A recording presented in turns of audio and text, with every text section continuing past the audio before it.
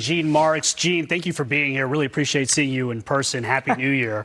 I know you run a consulting firm for small, medium-sized, small businesses. When you just heard that report, we've got the National Employment Law Project says 7 states and 55 cities and counties by the end of next year will have a minimum wage that exceeds $15. Yeah. Sounds good on paper for workers. Yeah. What are small businesses? What's your assessment on how this affects small businesses? Well, first of all, I want to say, Brian, that if you and I were sitting here 20 years ago and having the same conversation, people would still be up in the air as to whether or not this has an impact or not. There have been numerous studies, and we were talking about this before we went on the air, from University of Chicago and University of Washington, University of Berkeley, that says that this does not hurt small businesses, and in fact, it helps the economy. And then there are conflicting studies that say just the opposite. I mean, I've studied this for so long, and I've just basically thrown up my hands and said no economist seems to really know.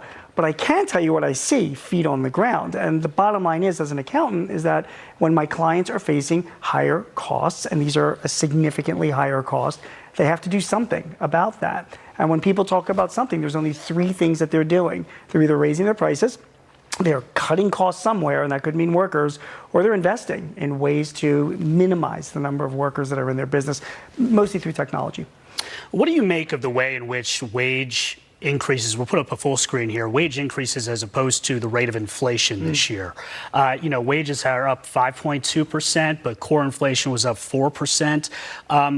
So that's what, a 1.2% increase with wages. What are you going into 2024?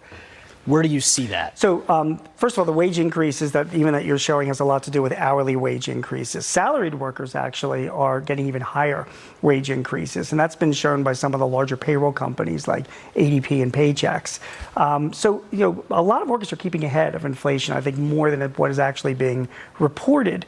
However, businesses that I talk to, they're capping them out at this point. I mean, they are struggling with higher inflation. They are struggling with higher costs on their core materials and their overhead this year. So wages are the first thing that they're looking at and looking to pull back just a little bit. So when I'm looking across all my clients, the typical wage, and if you're watching this and you're thinking, what should my pay increases be for my employees?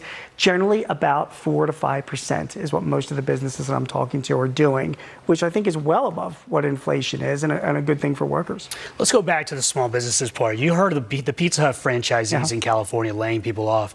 Does it matter what kind of small business this is? Pizza Hut franchisees laying off over 1,000 people. Sure. Jobs. I'm just wondering, is it really business by business? And I go back to that UC Berkeley study that says, look, the reality is this is about keeping workers in an environment right now where it's hard to find good work.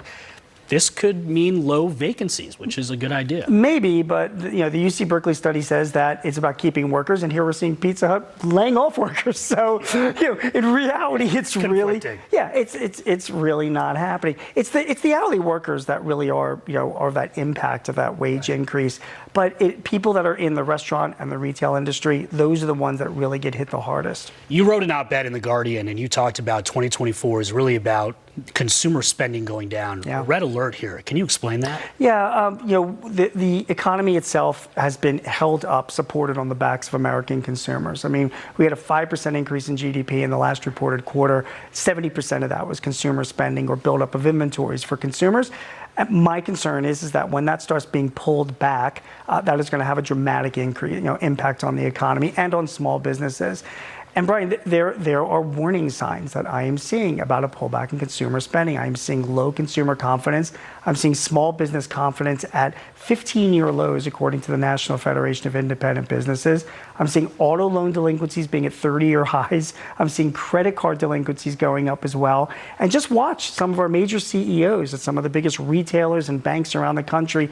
They have been warning us that they are seeing a little bit of a fault in consumers. They're seeing a weakening in consumer demand and consumer activity. If consumer spending doesn't stay as high as it's been, if it hasn't been supporting, I think that's just going to have significant reverberations. It's going to affect small and mid-sized businesses the most. And they're preparing. Your clients are preparing for that. We hope they are. My clients are. I'm talking to them, but I don't know about everybody else. I hope they are. Gene Marks, you couldn't think of anybody better to speak about this. Thank you. Happy New Year. I appreciate you being here. Thanks again. Take care.